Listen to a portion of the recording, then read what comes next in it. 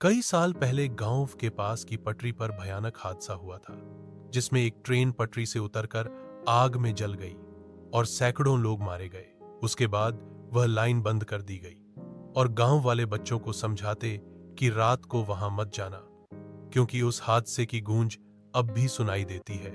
लेकिन साहिल नाम का 8 साल का बच्चा जिद्दी था और उसने सबकी बात अनसुनी कर पटरी की ओर रुख किया। धुंध छाई थी और अचानक उसे अंधेरे में एक जंग लगी। पुरानी ट्रेन खड़ी मिली, जिसके दरवाजे आधे खुले थे और खिड़कियों पर जाले थे।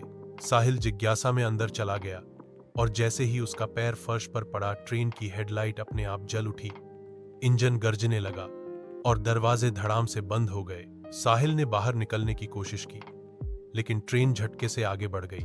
गांव वालों ने दूर से देखा कि पुरानी बंद ट्रेन धुएं और चीखों के बीच दौड़ रही है, लेकिन कुछ ही देर में वह घने जंगल और धुंध में गायब हो गई।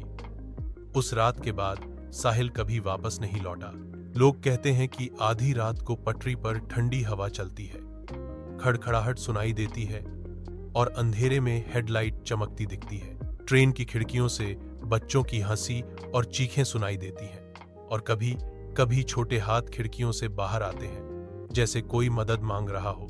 जानवर भी उस जगह से डरते हैं। कुत्ते जोर जोर से भौंकते हैं, गायें भाग जाती हैं और पक्षी अचानक उड़ जाते हैं। गांव वाले अब उस जगह को भूतिया लाइन कहते हैं और मानते हैं कि उस हादसे में मरे लोग अब भी अपनी मंजिल तक पहुंचने की कोशिश कर रहे हैं और वही अधूरी यात्रा हर रात फिर से शुरू हो जाती है।